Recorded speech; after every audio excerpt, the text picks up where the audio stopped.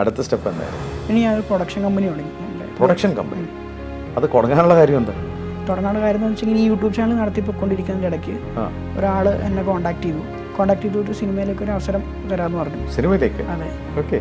എന്നിട്ട് നമ്മൾ അതിനുവേണ്ടി വർക്കൗട്ട് ചെയ്ത് അതിനൊരു എൻഡിലോട്ട് എത്തിയ സമയത്ത് പുള്ളി പിന്നെ വർക്ക് വേറൊരാൾക്ക് കൊടുത്തെന്ന് പറഞ്ഞ് നമ്മളതിൻ്റെ അകത്ത് മാറ്റി. അഭിമന്യു വിഷമമായി? വിഷമമായി. ഓക്കെ. അപ്പോൾ അതിൻ്റെ വാശിക്കാണോ പ്രൊഡക്ഷൻ തുടങ്ങാൻ തീരുമാനിച്ചത്? അതിനിടയിൽ താങ്കളുടെ കൈ ഒന്ന് എന്തോ പറ്റിയതായിട്ട് എനിക്ക് തോന്നുന്നു. എന്താണ് സംഭവിച്ചത്? ഞാൻ സ്റ്റെയർ കയറുന്ന സമയത്ത് സ്കിഡായി വീണിട്ടുണ്ടായിരുന്നു. അങ്ങനെ ഗ്ലാസ് കെട്ടിയിട്ട് വെയിൻ ഫുൾ കട്ടായി പോയി. ഇന്നിപ്പോ എത്ര പേരുണ്ട്? എനിക്ക് മൊത്തം 14 സ്റ്റാഫുണ്ട്. 14 പേർക്ക് താങ്കൾ തൊഴിൽ കൊടുക്കുന്നുണ്ട് 21 വയസ്സിൽ. ഈ വരുമാനമൊക്കെ എന്താ ചെയ്യുന്നത്? ഇപ്പം ഞാൻ പല സ്ഥലത്താണ് ഇൻവെസ്റ്റ് ചെയ്യുന്നുണ്ട്. അങ്ങനെ ഇപ്പോൾ ബാംഗ്ലൂർ മജസ്റ്റിക്കിലൊരു ഹോട്ടൽ മേടിച്ചു. ഹോട്ടൽ? സീ ഫുഡ്സിൻ്റെ കരാവലി എന്ന് പറയുന്ന ഹോട്ടൽ നമ്മൾ പർച്ചേസ് ചെയ്തു. Very good. വേറെ എന്തൊക്കെ ചെയ്തു? പിന്നെ വേറെ ഞാൻ 2 വെഹിക്കിൾ പർച്ചേസ് ചെയ്തായിരുന്നു. എന്ത് വണ്ടിയാണ്? ഒരു BMW ഒരു ബെൻസും മേടിച്ചായിരുന്നു. അത്രേ ഉള്ളൂ? 21 വയസ്സിൽ ഒരു BMW ബെൻസും ബാംഗ്ലൂർ ഒരു ഹോട്ടലും വാങ്ങി. അതെ.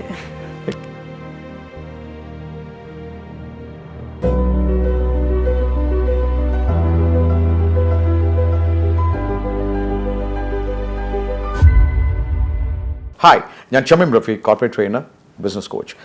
സ്പാർക്കുള്ള ഒരു പുതിയ എഡിഷനിലേക്ക് സ്വാഗതം. സംരംഭം തുടങ്ങാൻ പ്രായം ഒരു തടസ്സമാണ്. പലരും വിചാരിക്കുന്നത് നമുക്കൊരു മെച്യൂർഡ് ആയിട്ടുള്ള ഒരു ഏജ് എത്തിയിട്ടാണോ സംരംഭം. അങ്ങനെയൊന്നുമില്ല. ഇന്നത്തെ കാലത്തെ സംരംഭം കൊച്ചു കുട്ടികൾ വരെ സംരംഭം തുടങ്ങുന്ന കാലമാണ്. അതിന് ഒരു പാഷൻ ഉണ്ടാവണം, എന്തെങ്കിലും ഒരു കർമ്മമേഖല കണ്ടെത്തണം എന്ന് വിചാരിച്ച് പഠിത്തം ഇട്ട് കളഞ്ഞിട്ട് നേരെ സംരംഭത്തിലേക്ക് ഇറങ്ങണമെന്ന് ഒരു വ്യക്തി എന്ന നിലയ്ക്ക് ഞാൻ പറയില്ല. എന്നാൽ ഇന്ന് സ്പാർക്കുള്ള കഥ പറയാനിരിക്കുന്ന വളരെ ഒരു ടീനേജിലുള്ള ഒരു ചെറുപ്പക്കാരനാണ്. അദ്ദേഹത്തിൻ്റെ പേര് അഭിമന്യു എന്നാണ്. അഭിമന്യു, സ്വാഗതം സ്പാർക്കിലേക്ക്. താങ്കളുടെ നാട് എവിടെയാണ്? പാലക്കാട് മണ്ണാർക്കാടാണ്. പഠിച്ചതൊക്കെ എന്താണ്? ഞാനിപ്പോൾ +2 കഴിഞ്ഞു. പ്ലസ് ടു വരെയാണ്. ഈ ഒരു സംരംഭമോഹം ഉണ്ടാവണമെങ്കിൽ എവിടെയെങ്കിലും ഒരു വിത്ത് ഉണ്ടാവണം. പാരൻസ് എന്തെങ്കിലും ബിസിനസ്സാണ്? എൻ്റെ ഫാദറിന് ബിസിനസ്സാണ്. ഫർണിച്ചർ ഷോപ്പാണ് നടന്നത്. അഭിമന്യുവിൻ്റെ ആദ്യത്തെ ബിസിനസ്സിൻ്റെ സ്പാർക്ക് ഉണ്ടാകുന്നത് ഏത് വയസ്സിൽ? എന്താണ് ആദ്യം ചെയ്തത്? എനിക്കൊരു യൂട്യൂബ് ചാനലായിരുന്നു ഉണ്ടായിരുന്നത്. എത്രാം ക്ലാസ്സിൽ പഠിക്കുമ്പോഴാണ്? ഞാൻ 7ാം ക്ലാസ്സിൽ പഠിക്കുന്ന സമയത്താണ്. 7ൽ പഠിക്കുമ്പോൾ യൂട്യൂബ് ചാനൽ തുടങ്ങി. എന്ത് യൂട്യൂബ് ചാനലാണ്? വ്ളോഗ്, ഡെയിലി വ്ളോഗ്, ടെക്കുമായിട്ട് റിലേറ്റഡ് ആയിട്ടുള്ള ഒരു യൂട്യൂബ് ചാനൽ. അപ്പോൾ ഇത് ഈ പ്രായത്തിലൊക്കെ യൂട്യൂബൊക്കെ തൊട്ട് കഴിയുമ്പോൾ പാരൻസൊക്കെ എന്താ പറഞ്ഞത്? പാരൻസൊക്കെ ആദ്യം എതിർത്തു. പിന്നീട് നമ്മൾ ഡെയിലി അതുമായിട്ട് ഒബ്സസ്ഡ് ആയതുകൊണ്ട് പിന്നെ അവരും അതിലോട്ട് താല്പര്യപ്പെട്ടു വന്നു. അതുകൊണ്ടൊക്കെ എന്തെങ്കിലും പോക്കറ്റ് മണിയൊക്കെ കിട്ടുമായിരുന്നോ? നമുക്ക് യൂട്യൂബിൽ ചെറിയൊരു റവന്യൂ ഒക്കെ കിട്ടുമായിരുന്നു സ്കൂളിൽ പഠിക്കുമ്പോൾ തന്നെ. അതെ. പിന്നീട് അടുത്ത സ്റ്റെപ്പ് എന്തായിരുന്നു? പിന്നെ ഞാനൊരു പ്രൊഡക്ഷൻ കമ്പനി തുടങ്ങി. Production company? അത് തുടങ്ങാനുള്ള കാര്യം എന്താ? തുടങ്ങാനുള്ള കാര്യം എന്ന് വെച്ചാൽ ഈ യൂട്യൂബ് ചാനൽ നടത്തിപ്പോയിക്കൊണ്ടിരിക്കുന്നതിൻ്റെ ഇടയ്ക്ക് ഒരാൾ എന്നെ കോൺടാക്ട് ചെയ്തു ഒരു സിനിമയിലേക്ക് ഒരു അവസരം തരാമെന്ന് പറഞ്ഞു. സിനിമയിലേക്ക്? അതെ. ഓക്കെ. എന്നിട്ട് നമ്മൾ അതിനുവേണ്ടി വർക്കൗട്ട് ചെയ്ത് അതിനൊരു എൻഡിലോട്ട് എത്തിയ സമയത്ത് പുള്ളി പിന്നെ വർക്ക് വേറൊരാൾക്ക് കൊടുത്തെന്ന് പറഞ്ഞ് നമ്മളതിൻ്റെ അകത്ത് മാറ്റി. അത് അഭിമന്യു വിഷമമായി? വിഷമമായി. അതെ. ഓക്കെ.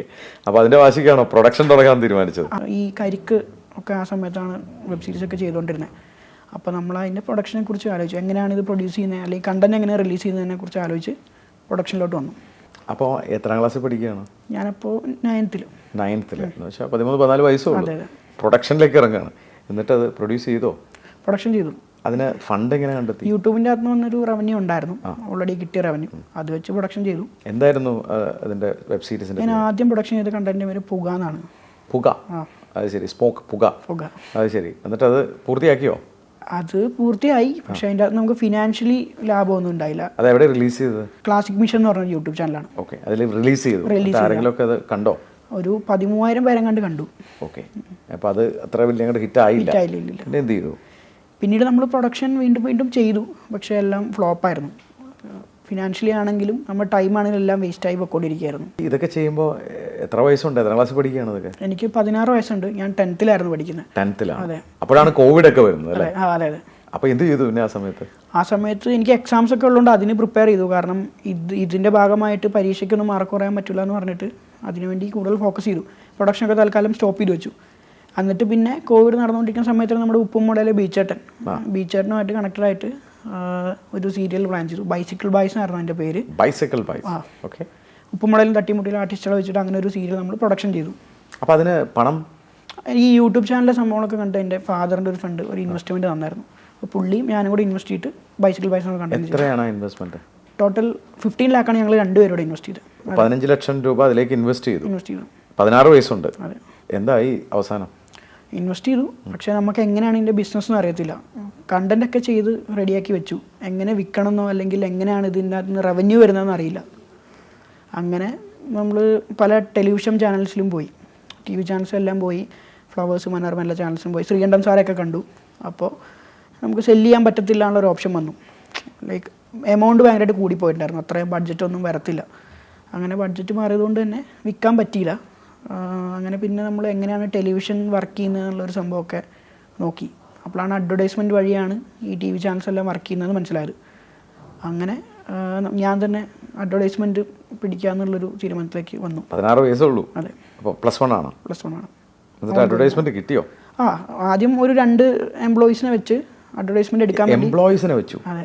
ഏത് 16 വയസ്സിൽ? സാലറി കൊടുത്തോ? എത്ര? 10,000 20,000 രൂപ ടോട്ടൽ. 20,000 രൂപ. ഇവരിരുന്ന് വിളിക്കും? അതെ. എന്നിട്ട് അഡ്വർടൈസ്മെന്റ് കിട്ടിയോ? അഡ്വർടൈസ്മെന്റ് കിട്ടിയില്ല. അവരിരുന്ന് വിളിക്കും, വൈകുന്നേരം ആകുമ്പോഴത്തേനും അഡ്വർടൈസ്മെന്റ് കിട്ടിയില്ല എന്ന് പറയും. അങ്ങനെ അവരുടെ പൈസയും പോകുന്നു, ഇൻവെസ്റ്റ് ചെയ്ത പൈസയും പോകുന്നു, സമയമെല്ലാം പൊയ്ക്കൊണ്ടിരിക്കുകയാണ്. അങ്ങനെ ഞാൻ തന്നെ ജ്വല്ലറീസ്, തുണിക്കടകൾ, അവരൊക്കെ ഞാൻ തന്നെ കോൺടാക്ട് ചെയ്ത് അഡ്വർടൈസ്മെന്റ് കാര്യം സംസാരിച്ചു. അങ്ങനെ ഒരു 200 പരസ്യം ടോട്ടൽ കിട്ടി. 200 പരസ്യം? അത് ശരി. എന്നിട്ട് ഇത് റിലീസ് ചെയ്യുന്ന എവിടെയാണ്? കേരള കൗമുദി എന്ന് പറഞ്ഞ ചാനലായിരുന്നു. സ്ലോട്ട് പർച്ചേസ് ചെയ്തിട്ട് നമ്മൾ അങ്ങോട്ട് പേ ചെയ്ത് ഒരു 30 മിനിറ്റ് സ്ലോട്ട് നമ്മൾ പർച്ചേസ് ചെയ്യും. സ്ലോട്ട് എന്ന് പറഞ്ഞാൽ എന്താണ് അത് താങ്കൾ ഉദ്ദേശിച്ചത്? ടെലിവിഷൻ ചാനലിൽ നമ്മൾ ഒരു കണ്ടന്റ് സ്ട്രീം ചെയ്യാൻ വേണ്ടിയിട്ട് ഒരു സമയം അവർ തരും. ആ സമയം നമ്മൾ പർച്ചേസ് ചെയ്യണം, നമ്മൾ അങ്ങോട്ട് പേ ചെയ്ത് പർച്ചേസ് ചെയ്യണം. എന്നിട്ട് നമ്മൾ അതിൻ്റെ അകത്ത് അഡ്വർടൈസ്മെന്റ് റൺ ചെയ്ത് റവന്യൂ ജനറേറ്റ് ചെയ്യണം. ഒരു ടെലിവിഷൻ മാധ്യമങ്ങൾ ചെയ്യുന്ന ഒരു മോഡൽ താങ്കൾ എടുക്കുകയാണ്. അതെ.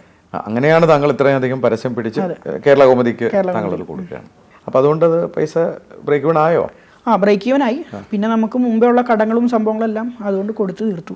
അതായത് ഫാദറിന്റെ ഫ്രണ്ടിനൊക്കെ പൈസ കൊടുക്കാൻ പറ്റി. ഓക്കെ. അപ്പോൾ അതൊരു സക്സസ്ഫുൾ ആയി എന്ന് തന്നെ പറയാം. കുറച്ച് സമയം എടുത്തു, അതുകൊണ്ട് ഒരു പ്രൊഡക്ഷൻ പഠിച്ചു.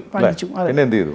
പിന്നീട് നമ്മൾ പ്രൊഡക്ഷൻ ഫോക്കസ് ചെയ്തു. പക്ഷേ പ്രൊഡക്ഷൻ ഫോക്കസ് ചെയ്ത സമയത്ത് ബാക്കപ്പ് ഇല്ലാതെ ഇനി പ്രൊഡക്ഷൻ ചെയ്യില്ലാൻ തീരുമാനിച്ചു. കാരണം എന്താണെന്ന് വെച്ച് കഴിഞ്ഞാൽ നമുക്ക് സെല്ല് ചെയ്യാൻ അറിയാതെ പ്രൊഡക്ഷൻ ചെയ്യില്ല എന്നുള്ളൊരു തീരുമാനത്തിലേക്ക് വന്നു. അങ്ങനെ നമ്മൾ ആദ്യം പ്രീ ബിസിനസ് ചെയ്തിട്ടോ അല്ലെങ്കിൽ കുറച്ച് ഫണ്ട് ജനറേറ്റ് ചെയ്തിട്ടോ കയ്യിൽ കുറച്ച് ഫണ്ട് വെച്ചതിന് ശേഷം മാത്രം പ്രൊഡക്ഷൻ ചെയ്യാനുള്ള ഒരു തീരുമാനത്തിലേക്ക് വന്നു. കടം വാങ്ങിച്ചിട്ട് വേണ്ടാന്ന് തീരുമാനിച്ചു. അങ്ങനെ നമ്മുടെ സൈന എന്ന് പറഞ്ഞൊരു കമ്പനി, സൈന ഇൻഫോർടൈൻമെന്റ്, അവർ ഫേമസ് ആയിട്ടുള്ള. അതെ അതെ. 16 വയസ്സിലാണ് താങ്കൾ ഈ സൈനയൊക്കെ കാണാൻ പോകുന്നത്? അതെ. നമ്മൾ അവരുമായിട്ട് അസോസിയേറ്റ് ചെയ്ത് പ്രൊജക്ട് ഡിസൈൻ ചെയ്യാൻ വേണ്ടി സ്റ്റാർട്ട് ചെയ്തു. അതെങ്ങനെയാണെന്ന് വെച്ച് കഴിഞ്ഞാൽ നമ്മുടെ കയ്യിൽ കണ്ടൻസ് ഉണ്ടാവും. ആ കണ്ടൻസ് അവരെ കേൾപ്പിച്ച് അതിനൊരു ബഡ്ജറ്റ് ഇട്ടിട്ടായിരിക്കും നമ്മൾ പ്രൊജക്ട് ഡിസൈൻ ചെയ്യുന്നത്. അങ്ങനെ ഇപ്പോൾ ഒരു 10 ലാക്കിൻ്റെ ഒരു ഡീലാണെന്നുണ്ടെങ്കിൽ അതിൻ്റെ അടുത്ത് നമ്മൾ എത്ര രൂപയ്ക്ക് തീർക്കുന്നോ ബാക്കി നമുക്ക് ഇൻകം. അങ്ങനെ ഒരു 1 ഇയർ പ്രൊജക്ട് ഡിസൈൻ ചെയ്തു, കുറച്ച് ഇൻകം ഒക്കെ അതിൻ്റെ അകത്ത് കിട്ടി. അത് വെച്ചിട്ട് പിന്നെ വീണ്ടും പ്രൊഡക്ഷൻ കുറച്ച് റൺ ചെയ്തു. സൈനയിൽ നിന്ന് താങ്കൾക്ക് ആ ഒരു റവന്യൂ കിട്ടാൻ തുടങ്ങി. അതെ. പക്ഷെ അതിൽ ഒതുങ്ങിയോ? ഇല്ലില്ല. പ്രൊജക്ട് ഡിസൈൻ ചെയ്യുന്ന കണ്ടന്റ് അകത്ത് തന്നെ നമ്മൾ ആഡ്സ് കൊടുക്കാൻ തുടങ്ങി. ഓക്കെ. അപ്പോൾ മൾട്ടിപ്പിൾ ബ്രാൻഡ്സിൻ്റെ പരസ്യങ്ങൾ നമ്മൾ ചെയ്തു തുടങ്ങി. അപ്പോൾ അതിൻ്റെ അകത്ത് ഒരു റവന്യൂ ഉണ്ടായിരുന്നു. അപ്പോൾ ഈ പൈസയൊക്കെ കിട്ടുന്നത് എന്തായിരുന്നു ചെയ്തുകൊണ്ടിരുന്നത്? പൈസയൊക്കെ കിട്ടുന്നത് നമ്മൾ കൂടുതൽ സേവ് ചെയ്ത് വെക്കാൻ തുടങ്ങി. പിന്നെ അത് കഴിഞ്ഞിട്ട് ഇൻവെസ്റ്റ്മെന്റിലേക്ക് പ്ലാൻ ചെയ്തു. Okay, very good. അതിനിടയിൽ താങ്കളുടെ കൈ ഒന്ന് എന്തോ പറ്റിയതായിട്ട് എനിക്ക് തോന്നുന്നു. എന്താണ് സംഭവിച്ചത്? ഞാൻ സ്റ്റെയർ കയറുന്ന സമയത്ത് സ്കിഡായി വീണിട്ടുണ്ടായിരുന്നു. അങ്ങനെ ഗ്ലാസ് കെട്ടിയിട്ട് വെയിൻ ഫുൾ കട്ടായി പോയി. ഓ, അപ്പോൾ കുറേ നാൾ റെസ്റ്റ് ചെയ്യേണ്ടി വന്നോ? എനിക്കൊരു 1 ഇയർ റെസ്റ്റ് ചെയ്യേണ്ടി, ഫിസിയോതെറാപ്പി ഒക്കെ ആയിട്ട്. അത്രയ്ക്ക് സീരിയസ് ആയിരുന്നു? അതെ അതെ. സെൻസേഷനൊക്കെ പോയിട്ടുണ്ടായിരുന്നു. അത് ശരി. I am sorry for that. അപ്പോൾ ആ സമയം പിന്നെ എന്താ ചെയ്തുകൊണ്ടിരുന്നത്? ആ സമയമാണ് നമ്മൾ അഡ്വർടൈസ്മെന്റ് പിടിക്കുന്ന സംഭവം ഉണ്ടെന്ന് പറഞ്ഞില്ലേ. അങ്ങനെ ഇരിക്കുമ്പോഴാണ് ഇൻഫ്ലുവൻസർ മാർക്കറ്റിംഗ് എന്ന് പറഞ്ഞ ഒരു കാര്യത്തെ കുറിച്ച് നമ്മൾ പഠിച്ചു തുടങ്ങിയത്. ഇൻഫ്ലുവൻസർ മാർക്കറ്റിംഗ് എന്താണ് സംഭവം? ഇൻഫ്ലുവൻസർ മാർക്കറ്റിംഗ് എന്ന് പറഞ്ഞു കഴിഞ്ഞാൽ നമ്മുടെ യൂട്യൂബിലൊക്കെ വീഡിയോസ് ചെയ്യുന്ന ക്രിയേറ്റേഴ്സ് ഇല്ലേ, ക്രിയേറ്റേഴ്സിന്റെ വീഡിയോയുടെ അകത്ത് ഗെയിമിംഗ്, ഡേറ്റിംഗ് ആപ്സിന്റെ ഒക്കെ പരസ്യം കൊടുക്കും.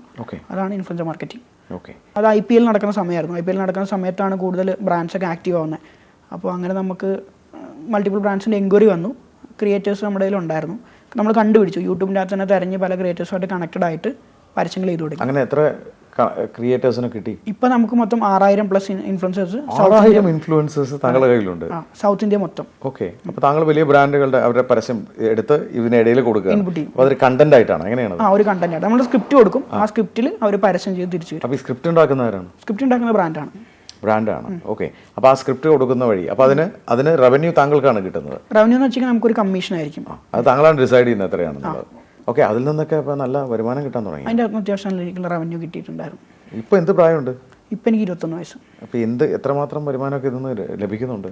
എനിക്ക് 2 CR അബോ ടോട്ടൽ ടേൺ ഓവർ ഈ കാലയളവിൽ. അതെ. Very good. ഈ ചെറുപ്രായത്തിൽ 21 വയസ്സിലാണ് താങ്കൾക്ക് ഈ വരുമാനം ഉണ്ടാകുന്നത്. ഈ വരുമാനമൊക്കെ എന്താ ചെയ്യുന്നത് അപ്പോൾ? ഇപ്പം ഞാൻ പല സ്ഥലത്താണ് ഇൻവെസ്റ്റ് ചെയ്യുന്നുണ്ട്. അങ്ങനെ ഇപ്പോൾ ബാംഗ്ലൂർ മജസ്റ്റിക്കിലൊരു ഹോട്ടൽ മേടിച്ചു. ഹോട്ടൽ സീ ഫുഡ്സിൻ്റെ കരാവലി എന്ന് പറയുന്ന ഹോട്ടൽ നമ്മൾ പർച്ചേസ് ചെയ്തു. Very good. വേറെന്തൊക്കെ ചെയ്തു? പിന്നെ വേറെ ഞാൻ 2 വെഹിക്കിൾ പർച്ചേസ് ചെയ്തായിരുന്നു. എന്ത് വണ്ടിയാണ്? ഒരു BMW ഒരു ബെൻസും മേടിച്ചായിരുന്നു. അത്രേ ഉള്ളൂ. 21 വയസ്സിൽ ഒരു BMW ബെൻസും ബാംഗ്ലൂർ ഒരു ഹോട്ടലും വാങ്ങി. ആദ്യം താങ്കളെ വിളിച്ചിട്ട് ഒരു സിനിമയിലൊക്കെ അഭിനയിപ്പിക്കാമെന്നൊരു മോഹം തന്ന ഒരാളൊക്കെ ഉണ്ടായിരുന്നു. പിന്നീട് അദ്ദേഹത്തെ കണ്ടുമുട്ടിയിരുന്നോ? പിന്നീട് അദ്ദേഹത്തെ കണ്ടിരുന്നു. ഞാനൊരു വെബ് സീരീസ് പ്രൊഡക്ഷൻ ചെയ്തെന്ന് പറഞ്ഞില്ലേ, അതിൻ്റെ അകത്തോട്ട് പുള്ളി പ്രൊഡക്ഷൻ കൺട്രോളായിട്ട് വന്നു. അയാളെ തന്നെ പിടിച്ച് പ്രൊഡക്ഷൻ കൺട്രോളാക്കി. അപ്പോൾ ഈ കാലയളവിലുണ്ടായ മാറ്റം, അതായത് ഈ ഇൻഫ്ലുവൻസർ എന്ന സാധനത്തിലൂടെ ഉണ്ടാവുന്നവർ, അന്ന് 2 പേർക്കാണ് തൊഴിൽ കൊടുത്തത്. പക്ഷെ പിന്നെ അവർ പറഞ്ഞു വിടേണ്ടി വന്നു അല്ലേ? ഇന്നിപ്പോ എത്ര പേരുണ്ട്? 14 സ്റ്റാഫ് ഉണ്ട്. 14 പേർക്ക് താങ്കൾ തൊഴിൽ കൊടുക്കുന്നുണ്ട് 21 വയസ്സിൽ. ഈ പഠനം തുടരുകയാണോ അതോ നിർത്തിയോ? ഇപ്പോൾ ഇങ്ങനത്തെ പരിപാടികളെല്ലാമായിട്ട് പോകുന്നതുകൊണ്ട് തന്നെ താൽക്കാലികമായിട്ട് പഠനം സ്റ്റോപ്പ് ചെയ്ത് വെച്ചേക്കാണ്. മുമ്പോട്ട് ചെയ്യാൻ വേണ്ടിയിട്ടുള്ള പ്ലാനുണ്ട്. അത് നിർത്തരുത്. ഇല്ലില്ല. ഓക്കെ. ഭാവി സ്വപ്നങ്ങൾ എന്തൊക്കെയാണ്? ഇൻഫ്ലുവൻസർ മാർക്കറ്റിംഗ് കൂടുതൽ ഫോക്കസ് ചെയ്യണം. പ്രൊഡക്ഷനും പ്രൊജക്ട് ഡിസൈനിങ്ങും അടിപൊളിയായിട്ട് കൊണ്ടുപോകണം. ഇപ്പോൾ ഒരു UK ബേസ്ഡ് ഒരു ഇൻഷുറൻസ് കമ്പനിയുടെ ഫ്രാഞ്ചൈസി നമ്മൾ എടുത്തിട്ടുണ്ട്. അതിൻ്റെ പരിപാടികളെല്ലാം നടക്കുന്നുണ്ട്. ബിസിനസ് അടിപൊളിയായിട്ട് കൊണ്ടുപോകണം തന്നെയാണ് താല്പര്യം. അതെവിടെയാണ് തുടങ്ങിയിരിക്കുന്നത്? പാലക്കാട് മണ്ണാർക്കാടാണ്. എനിക്ക് ഓഫീസ് ഉണ്ട് അവിടെ, അതിൻ്റെ അപ്സ്റ്റെയറിൽ. അതിന് എന്തെങ്കിലും എംപ്ലോയീസ് ഒക്കെ ആയോ? ഇപ്പോൾ 5 പേരെ ഹയർ ചെയ്തിട്ടുണ്ട്. അവിടെ 5 പേരെ ഹയർ ചെയ്തിട്ടുണ്ട്. ഇവിടെ 14 പേരുണ്ട്. അഭിമന്യു എന്ന വ്യക്തി വളരെ ചെറുപ്രായത്തിൽ 7ാം ക്ലാസ്സിൽ ഒരു യൂട്യൂബിൽ തുടങ്ങി ഇന്ന് 21ാം വയസ്സിൽ എത്തി നിൽക്കുന്നത് വളരെ പ്ലാൻഡ് ആയിട്ടുള്ള എൻ്റർടൈൻമെൻറ്റ് ഇൻഡസ്ട്രിയിൽ ഇൻഫ്ലുവൻസേഴ്സ്, അതാണ് ഫോക്കസിന്. വളരെ കോൺഫിഡൻ്റ് ആയിട്ട് വീട്ടുകാരുടെ സപ്പോർട്ടും ഉണ്ട്, എല്ലാവരും സപ്പോർട്ടും ഉണ്ട്. നിങ്ങൾ കേട്ടു അഭിമന്യു എന്ന ഈ ചെറുപ്പക്കാരൻ്റെ വളരെ രസകരമായ ഒരു ലൈഫ് സ്റ്റോറി.